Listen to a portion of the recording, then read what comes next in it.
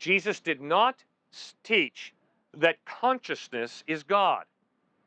Rather, the Bible and Jesus teach that our consciousness is a gift from God. It's part of our life, which is a wonderful gift from God.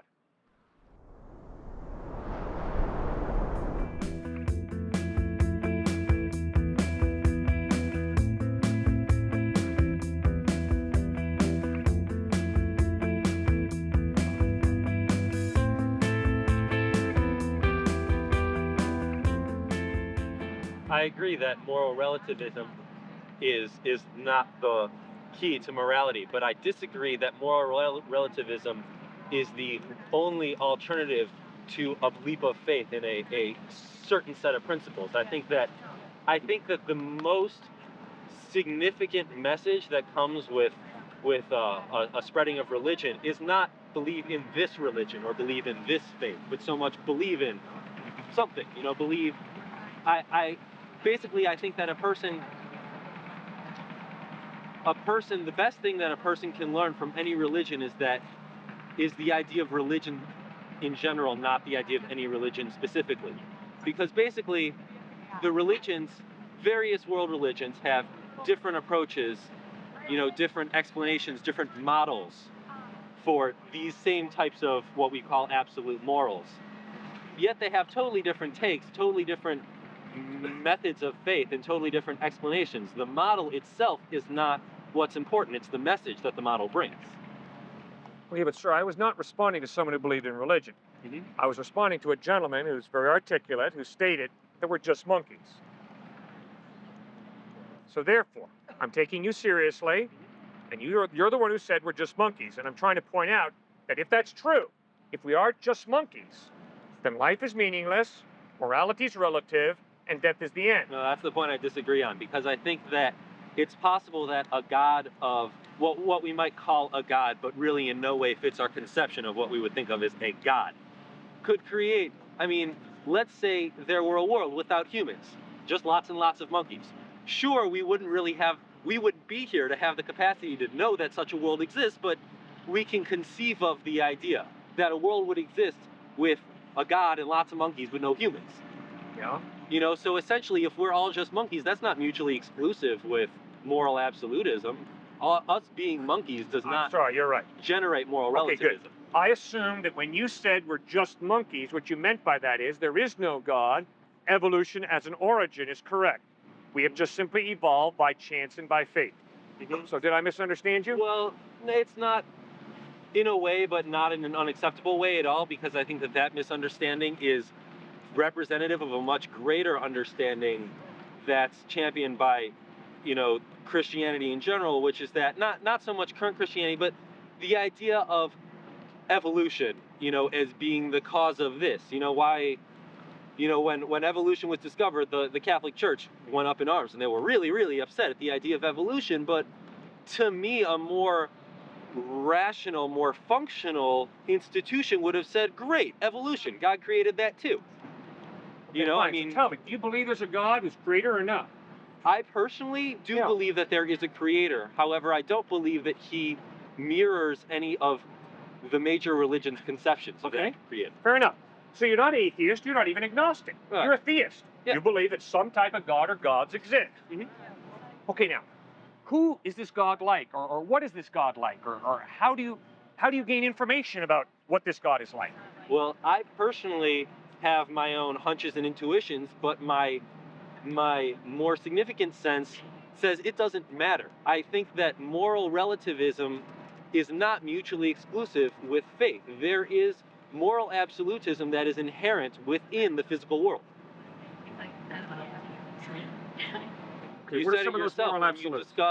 when you discussed your central nervous system and the pleasure that it seeks. Yes. Really, a moral absolutist approach is, I'm going to act in such a way that as best as possible maximizes the sensations on as many central nervous systems as possible.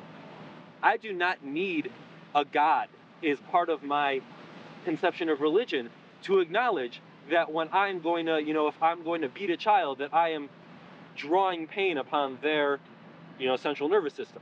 I realize, I don't need a God. I don't need a threat of looming punishment to recognize that if my goal is to maximize earthly existence, to, I guess you could, what you call maximizing pleasure in my central nervous system, I don't need, you know what I'm saying? Humans don't need God in order to make that leap. The leap is not from earth to heaven. The leap is from earth to earth. Okay, but the only way that a human being can have dignity innately is if they've been created for a purpose. Because if they've not been created for a purpose, if our number simply came up in a Monte Carlo game by accident, then to argue that we have innate dignity is a joke. I disagree, because let's say, you win the lottery. Lots of people who win the lottery are going to say, okay, I'm going to buy myself a car, I'm going to buy myself a house in Tahiti. Whereas some people might, and they're going to become frivolous with the money and basically disengage themselves with the value because it is immediately accessible to them. That they say, because I didn't work for this money, I can spend it frivolously and not think twice about it. But the fact is, there is a value associated with that money. That money can can bring about a certain amount of good. You can actually sustain yourself and your family for however much time. That basically, even if our number did come up in a Monte Carlo game, and this is how it is, that's not mutually exclusive with us living morally. All right, what do you have to say to me? Stealing your money will help me a lot because I need some money to go on my next vacation. Therefore, I'm going to steal your money because it's going to maximize my pleasure. What do you have to say to me? Well, if I were the type of person who had enough money that I would not notice the difference, that the difference would not really damage my central nervous system, then in principle, no, there's really not so much of a problem with that. I think that, it's okay if the rich get stolen from here and there. Now, I don't want to say steal as a general principle, because then people are going to go around stealing from people who really do need to feed themselves. Who determines who needs it? What's that? Who determines who needs it? Well, I think that you can determine whether or not you need it. Okay, I think that you well, can tell the difference between a starving person I and a need well-fed money person. more than you do. Can I have it? All right. Seriously, I just lost my keys. I need $125. I don't have $125, but I got $5 and I got $6. There's a 10 right there, too. I don't want to keep my $2. I'm saying that you cannot define the line. I'm saying that you cannot define the line with your religion and your God. I just don't think you're all asking to draw a line, and I don't see where one can be drawn. Okay, so you're more relativist. I don't know. I suppose so. I think that what I was thinking earlier while you guys were talking about that is that you're right. I don't think that moral relativism on the extreme can work, but I also don't believe that moral extremism can work. You cannot have a set of morals. That's right. Because you won't. How can you have a set of morals? I think you just put your finger on the real issue for the majority of my moral relativist friends. You're scared that if there are some moral absolutes, it's going to mean that some right-wing fundamentalist Christian group is going to try and legislate their morality in the United States. Okay. And you're scared spitless of seeing that happen. Well, guess what? So am I. But just because you and I are scared spitless of some right-wing, hyper-conservative, fundamentalist Christian group legislating all of their morality all over us, that does not mean that we are justified rationally in flipping off to the other side of the spectrum and saying, it's all relative. No. Come on, guys. Use the conscience, the rational mind God has given you. Realize that there aren't a lot of moral absolutes, but there are at least a few. Okay, who defines those? Exactly. Now, I'm not going to get specific and tell you what they are. Okay. But what I heard you just say to me is, fine. That was the first word you said. Now, when you told me fine, what that communicates to me is, yeah, Cliff, I think there are a few, maybe not many, but a few moral absolutes. We know that there are some moral absolutes, which means there's got to be some mind prior to the human mind that creates and defines these moral absolutes. Okay, well, this goes back to your monkey discussion with him, where you said that the reason that, I guess you could call it mind worshippers or self-worshippers or whatever, Yes. and I think I fall under that category for what it's worth. The reason that the mind cannot be worshipped is because it cannot possibly encompass our universe, our creation, everything. Is that correct? Is that what you said? That's part of it. Okay. Well, show me that God is more than the creation of the human mind. You bet. All right. This is great. One of the reasons that I'm convinced that you have a rational mind is because of how well you articulate.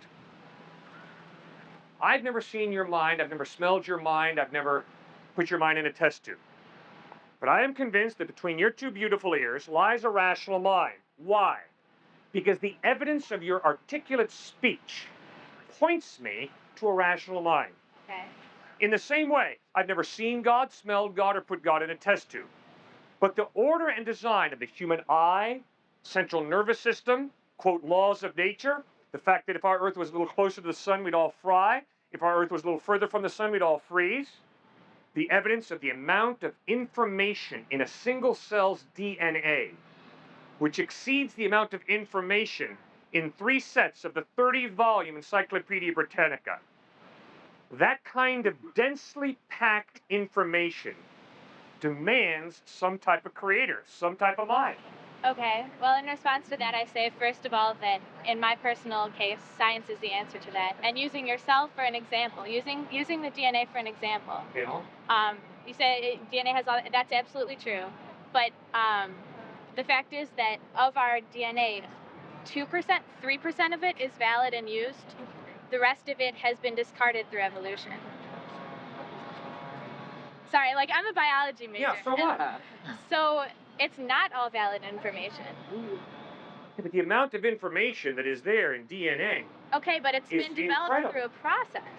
So it's can be explained. The fact, Wait a second. Yeah, the fact the process. The process, yes, agreed upon. But then the question is it more plausible to believe that behind that process of such densely packed information, there's an intelligent mind? Or is it more plausible to believe that that kind of communication comes about with no intelligent mind? So you're going for just simplest explanation. I'm going for the explanation that is most plausible in light of the evidence. Give me a quick illustration. You and I are walking down the beach. We're walking down the beach, and we see ripples in the sand. And we say, there, look what the waves did. But if you and I are walking down the beach and we come across, John loves Mary, we don't conclude, wow, look what the ocean did, the waves. Why?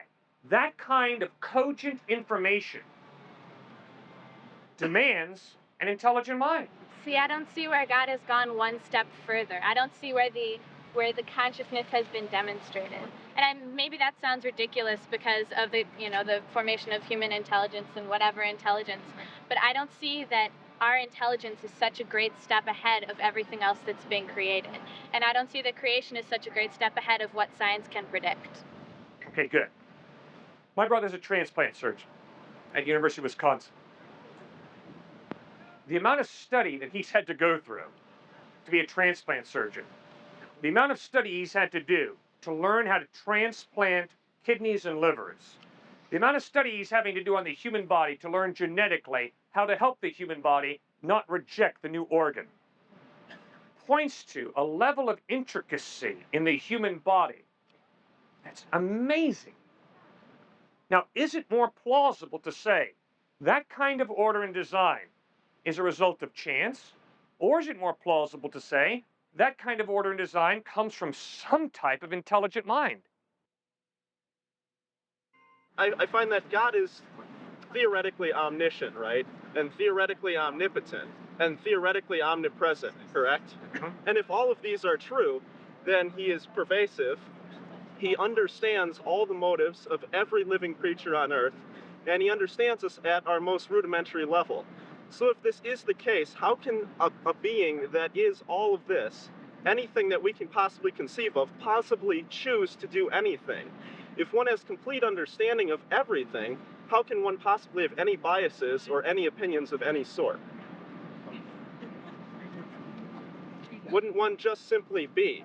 Therefore, God is simply a presence that is, and not a presence that loves or hates or anything else. It just simply is and permeates the cosmos. I don't understand how knowledge excludes free will. I don't understand why an all-powerful God could not choose to partially limit his power by creating us free. I do not understand why an all-powerful God could not choose to partially limit his power by becoming a human being in Jesus Christ. So why can't an all-knowing, all-powerful God choose to partially limit his power by creating us with a free will? Because it's an effect like the judgment is rendered obsolete once you have complete knowledge. It's impossible.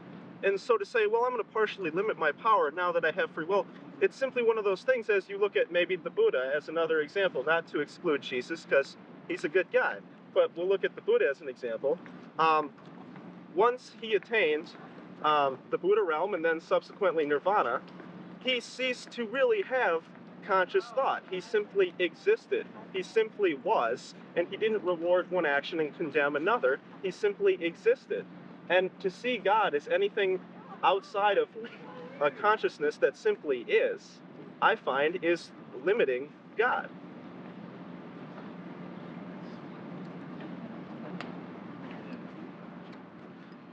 To be very honest with you, I don't have great relationships with forces. It takes a personal being for me to have a relationship with. But automatically, if it's a personal being, it's automatically cheapened. If it becomes a personal being, then all of a sudden we're addressing something that's omnipotent and completely pervasive as essentially a man. And so to relate something like that and speak of it as if it was a man, because we couldn't help but speak of it in any other light, because it's impossible to, automatically that cheapens the presence. Therefore, I say that by preaching, I respect what you do, but I think the contemplative manner of seeking God and the esoteric path is much more rewarding than simply following codified laws and then finding the truth. Part of what makes me excited about talking with you is that you're a personal being. Part of what excites me about praying to God is I'm convinced that God is a personal being. I have horrible relationships with the impersonal. I have horrible relationships with it. It takes a personal being for me to have a significant relationship with. That's why I celebrate the fact that Jesus Christ and the scriptures reveal that God is a personal being who actually cares about you and cares about me. It's a nice thought, and I'd love to believe it, but again, I find that with my limited capacity to try and understand something of infinite capacity and say, well, I'm a finite being and I'm going to converse with an infinite being, it's virtually impossible because I couldn't fathom it in the first place. Oh, no, come on, now wait a second. This whole thing is, in one sense, very simple. Hi, my name's Cliff. What's your name? Son. Harry. Two. What's your name? Son. Thomas? Okay, not only is that incredibly rude, but that is amazingly arrogant of me. His name is not Thomas. His name is not Harry. His man's name is Sung. There is no way that I'm smart enough to figure him out. The only way I'm going to get to know a personal being is if that personal being chooses to open up and reveal to me his name, his character, what he likes, what he dislikes. Oh, by the way, you're an NBA All-Star basketball player, and you hate football, and you love science, and you hate English. That's absurd. He's got to tell me who he is. Otherwise, I'm going to create him in my own image, according to my own likes and dislikes. What isn't he? Well, the same thing is true with God.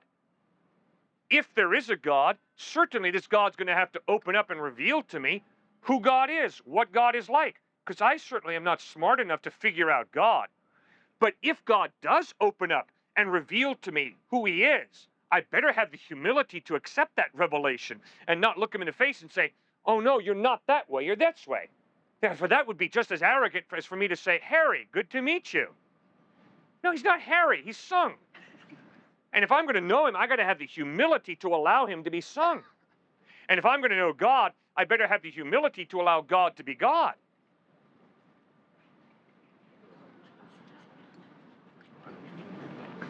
Well, okay, well, what about being open to the possibility that Jesus defined God accurately? I wish I was open to that, but I can't. I see. Then we have to define terms. Jesus says essentially, paraphrasing, God is love, etc., etc. Well, what is love? Something that can only be experienced and not talked about, etc., etc. So again, I have a hard time with the definition of terms, etc., etc. Oh, okay, wait a second. When the Bible says that God is love, it is not saying that love is God. Reading in context, it becomes real clear that when the Bible says God is love, it is not saying love is God. It is saying that God is a personal being who actually loves, that love is part of God's character, that love emanates from him towards you and towards me, towards all of us. Now the question is, how are we going to respond to that love? Well, I don't know, I guess simply by channeling it through yourself, once it's channeled to you. Speaking in this context, so. Okay. If he's part of God and if I'm part of God, and I haul back, smack him in the face, what just happened? Yourself. Part of God just hit part of God. Therefore, there is no basis for justice, no basis for ethics, for right and wrong. Because everything simply is, and everything that is part of God. Well, that's monism, a definite worldview. Gandhi got his understanding that the caste system was wrong, not from the Vedas and Upanishads, which teach monism. He got it from the Sermon on the Mount, where we realized that God is the creator. He created this man with dignity, and he gave me this hand not to smack him, but to love and respect him. And if I use this hand to smack him, that's evil. And it's not part of God hitting part of God. It's one creature created with a free will hitting another creature, and I'm going to be held responsible by the creator for abusing this hand, rolling it into a fist, and sending it into his handsome face. But the integral part of Gandhi's perspective also was that you don't need to seek God because the kingdom of God is within you. And so all that is outside of you is also inside of you. And so, I mean, from Tolstoy. So he also understood this, and therefore, that was the integral part that really made Gandhi Gandhi, in my opinion. So that you don't need to seek God out here because God is already in here. And whatever is out there is in here. What do you mean when you say whatever's out there is automatically in here? Well, when I said that God is pervasive, God is this, God is love, God is purified, rarefied consciousness, kingdom of God is within you as well. That inner knowledge of right and wrong is within you as well. So that's... Okay, but that's where Jesus disagrees. Jesus did not teach that consciousness is God. Rather, the Bible and Jesus teach that our consciousness is a gift from God. It's part of our life, which is a wonderful gift from God. But consciousness is not God. I mean, I have my own consciousness. I'm an individual, created in the likeness of God, in the image of God. But I am not God, and my consciousness is not God. God is a separate being who I can either choose to live in relationship with, or I can choose to live out of relationship with. You are not God per se, but God is within you. That's all. And so I know with a lot of petty Christian preachers, they try and convince you that you are an empty, hollow, sinful, nasty wretch, and that you need to seek out here to really gain any type of worthwhile character. And the truth thing is, the essence is within you. And oh, well, about those sinful, horrible wretches you were referring to, I'm well aware of the fact that none of us fit that category, right? well, I mean, we are all outstanding people, aren't we? One of my biggest problems is the concept of original sin. I'm not saying that, of course we're all with sin as if we're talking in that context of Christianity, but I think this concept of original sin is a real problem I have because everyone's held an infant in their hands. And you look at the infant and you say, wow, some versions of Christianity teach me that this is a being that is sinful and that needs to be redeemed throughout his life. And that nauseates me because it's not true. It's not true. This is a being that's pure and innocent and without sin, and sin is garnered later through life experience. Okay, fine. And that's what the Bible teaches. I think you just summarized that real well. But to say that every human being is born into sin, I find is just, that's a fallacy. It's terrible, and it's not true. Well, all that means is that all of us are born scarred. Scarred? Yeah, I came scarred. out pretty clean after they told me off. I didn't have anything wrong with me. I was pure and innocent as a being. Okay, great. I can't be held accountable. You're pure and innocent as a child. At age 3, Age 3? 4, 5, 6? No, I think sin probably comes in as we'll define sin with the age of reason itself. So once you can actually judge for yourself, then you start sinning, quote unquote. So. Have you ever worked with 3-year-olds? 5-year-olds. Good. Then if you've worked with 5-year-olds, I think you're in a good position to answer the question, is the Bible accurate in pointing out that all of us human beings struggle with sin? Did you ever meet a perfect 5-year-old? Neither have I. Rousseau clearly taught that children are born perfect, pure, pristine. The only problem is Rousseau had his nanny dump 5 of his little kids on the hospital steps in Paris. He disowned 5 of these perfectly pristine, pure little kids. Rousseau found out that his thinking wasn't in touch with reality. There's no perfect kid. There's no perfect, pristine human being. All of us do good at times, but the clear evidence is all of us can be incredibly selfish, including my wonderful 10-year-old boy. Now, don't any of you would say anything negative about my 10-year-old. He's the greatest kid on this planet. But allow me the privilege of telling you that my 10-year-old is a sinner. Hey guys, thanks so much for watching this episode. Hit that subscribe button. We love for you to join the family. Also, want to invite you to our church in New Canaan, Connecticut. It's New Canaan High School, and it meets Sundays at 9:30 a.m.